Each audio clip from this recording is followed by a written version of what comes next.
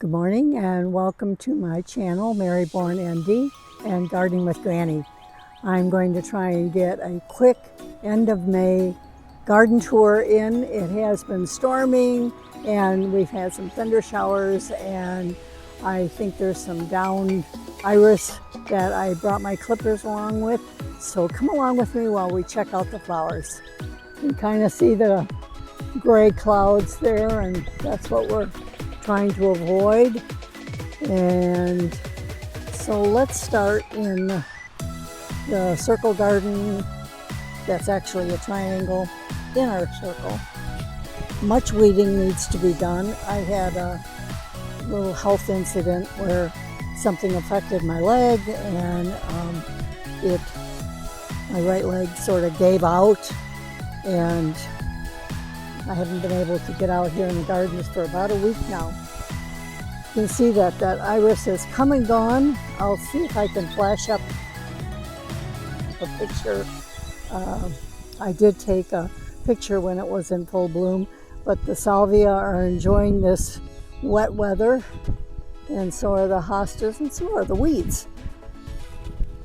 Our duo here is shining brightly.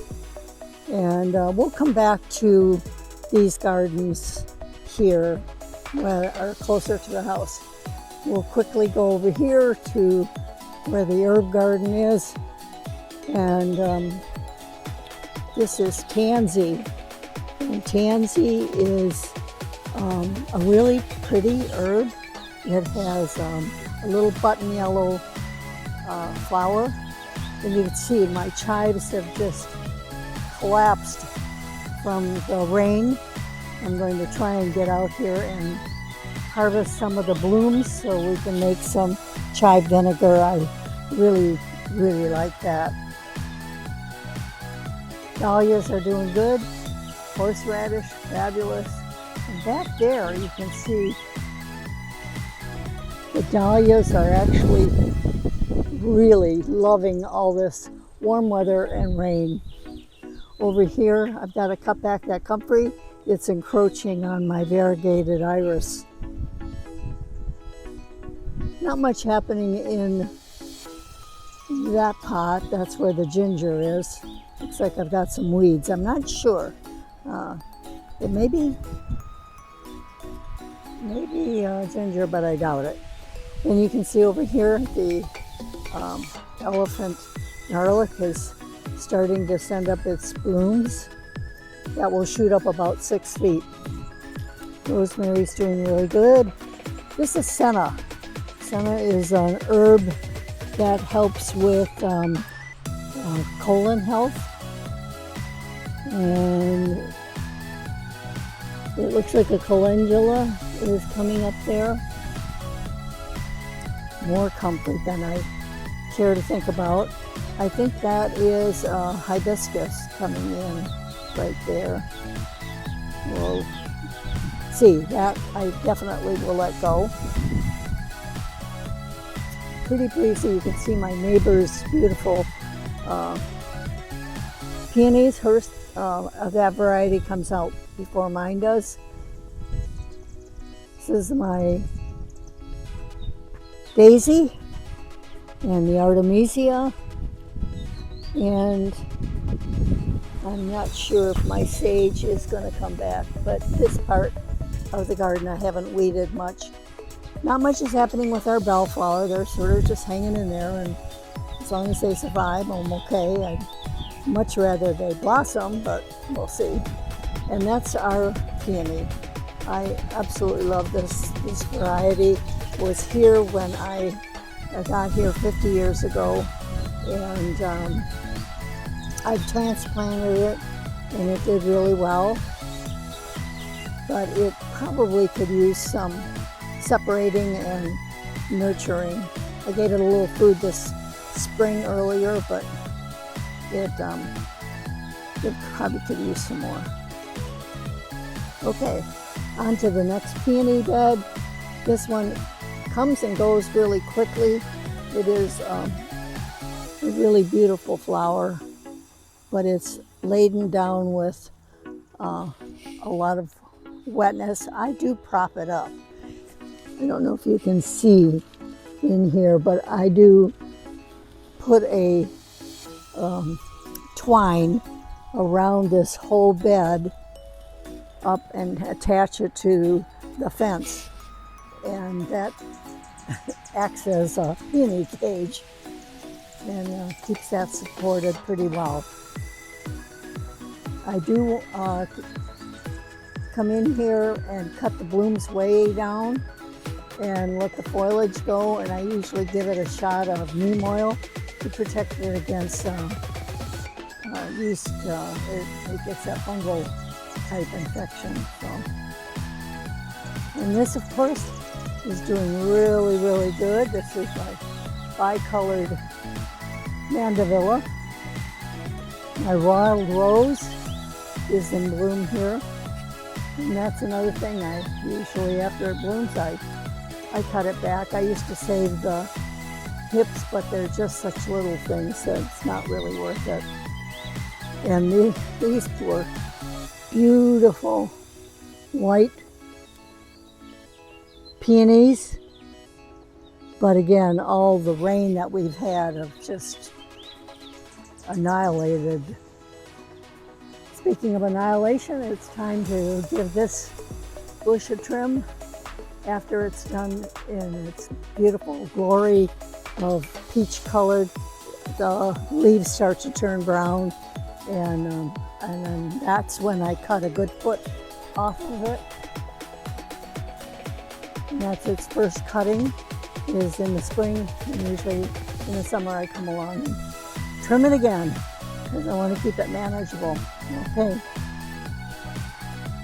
so let's head down. This is still a work of progress here. Poor honeybee trying to find a bumblebee trying to find some food. Not yet, my dear. Another patch of chives, which I really want to take out because I want to use this back for something else, and I have that large chive area. Got the tomatoes are doing good. Celery, loving this weather. Lettuce, gonna come back on the way back and get some of that. These are the potatoes. They're absolutely flourishing with this wet weather. And I think I will put some more dirt in there and mound it up a bit so more potatoes will grow. I will be putting a couple more pots of tomatoes. I have them, as you saw, in pots, and they need to be planted in these grow bags. I don't know what's in there, but it's starting to gust up, and I don't think I want to take the time to open that. The onions are doing really good. I don't see that they're bulbing up much. I've given these a haircut once and enjoyed the greens from it. That's the dill, doing really well. This tomato bed is enjoying all the weather that we're having. I think that they would appreciate a little sunshine about now. I have some cucumbers, but I don't think that they're coming up. You don't see anything coming from them. It might have been just too wet for them. We'll see. I have some marigolds planted in there.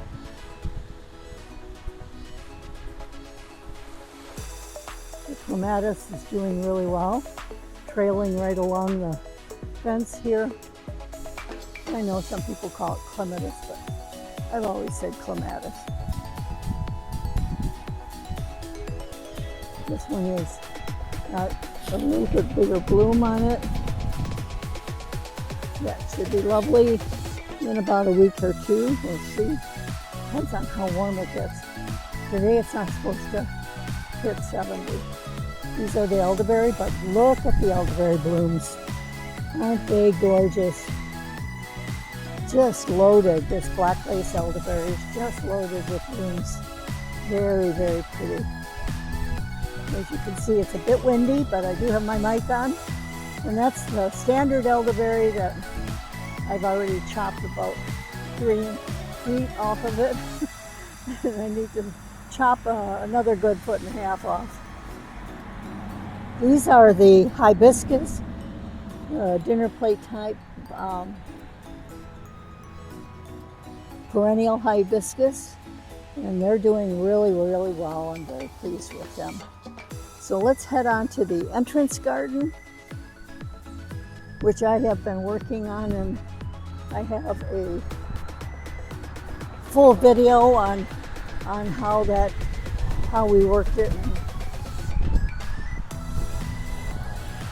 And I'll attach that to this video.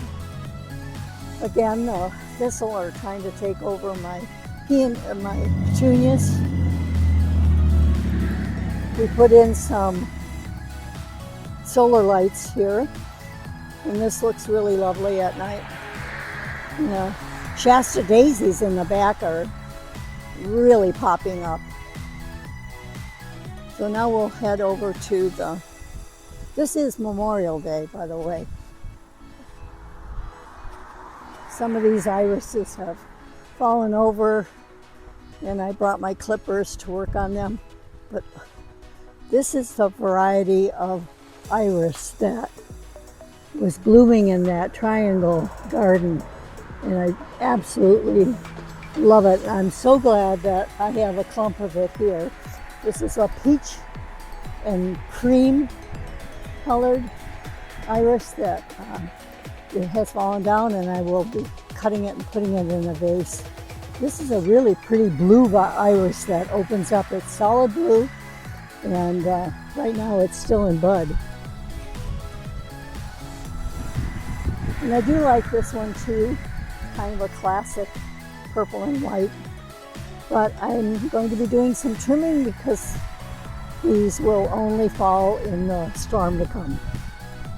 So the peony you saw in the last video is gone. There's just one bud left on it. It was gorgeous. And this one is also going to be gorgeous.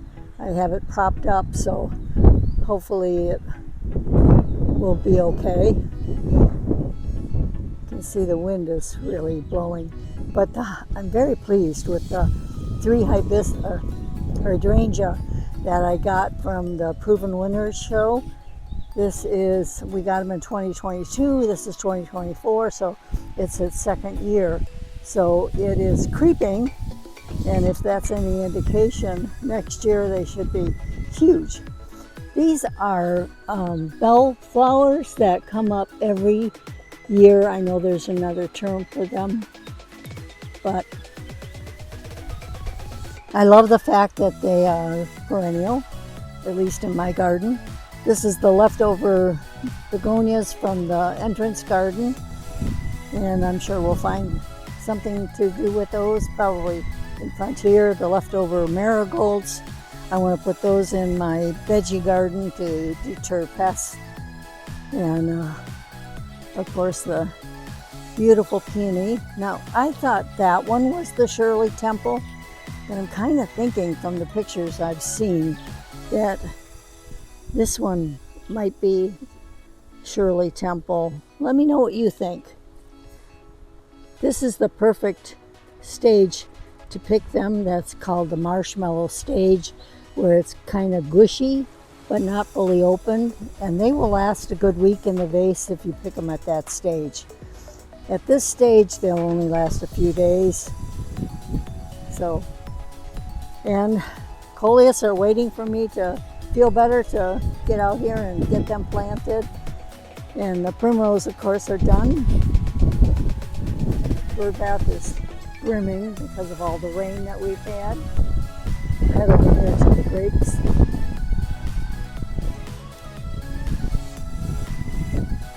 And Thuringia is about to bloom. Yes, I did get it planted. I'm very proud of myself. I finally got that planted. And the grapes are doing good. It's time to almost give them a trim. Usually where there's no grapes, I will cut down to where there are grapes, and that gives the grapes a better chance. Like this is just a long tendril that doesn't need to be there. I'm not having it attached to anything. My importance, of course, is allowing these grapes to get as much energy as they can. This is the second grapevine, actually doing very well. No sign of beetles yet. And I usually will load it with diatomaceous earth as soon as I see any beetles. I will shake the diatomaceous earth on as a powder. There's something eating this anise hyssop. The ranunculus are coming in. This anise hyssop looks pretty good. And this, of course, is gigantic. It probably will have blooms. Sorry about the wind. There we go. Milkweed is coming in. The butterflies will appreciate that. And this hydrangea, well, it's a nice bush. Never going to flower for me. More milkweed. I've got to clean those out. They'll take over. Unfortunately, that plant died in the heat. But this one is looking really good. They're probably really heavy with water. I've been hitting these hollyhocks with diatomaceous earth, and it looks like we've got some blossoms coming. So we'll look forward to seeing what color these will be. Not sure if that's old enough to blossom or not, but something's eating away at my dahlia down there. So it's just, you know, that's the problem with diatomaceous earth, is that when it rains, you simply have to keep reapplying it. So juga is in bloom and is now done blooming, and it's at the stage where it's spreading. So it would probably be a good idea to get in here and de-weed. Columbine came back looking gorgeous.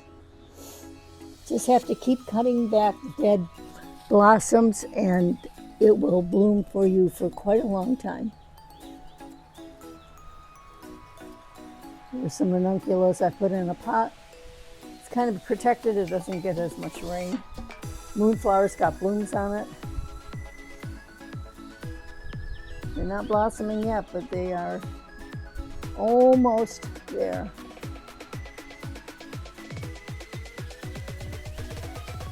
This protected pot here. Daughter-in-law was over the other day. Why do you have orchids growing in your pot? Keep the chipmunks away. And it's done a pretty good job. Well, we'll see. Hopefully we'll have some ranunculus flowers in the not too distant future. Now this one got beaten away. These were pansies. Kind of put in some summer blooms for that one. The fern grotto is really chock full. Brunnera doing really good. The astilbe has got blossoms on it. Blooms. Soon to be blossoms.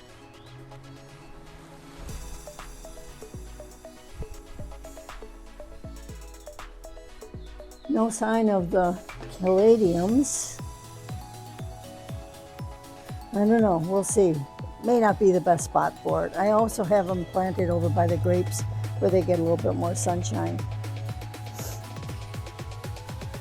These heuchera look beautiful. I'm so glad they came back. This is about the third or fourth year for the burgundy one, and I think it's the second year for the lime-colored ones.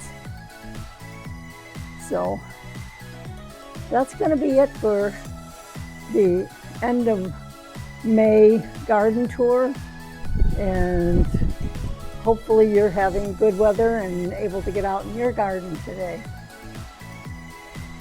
Thanks for watching.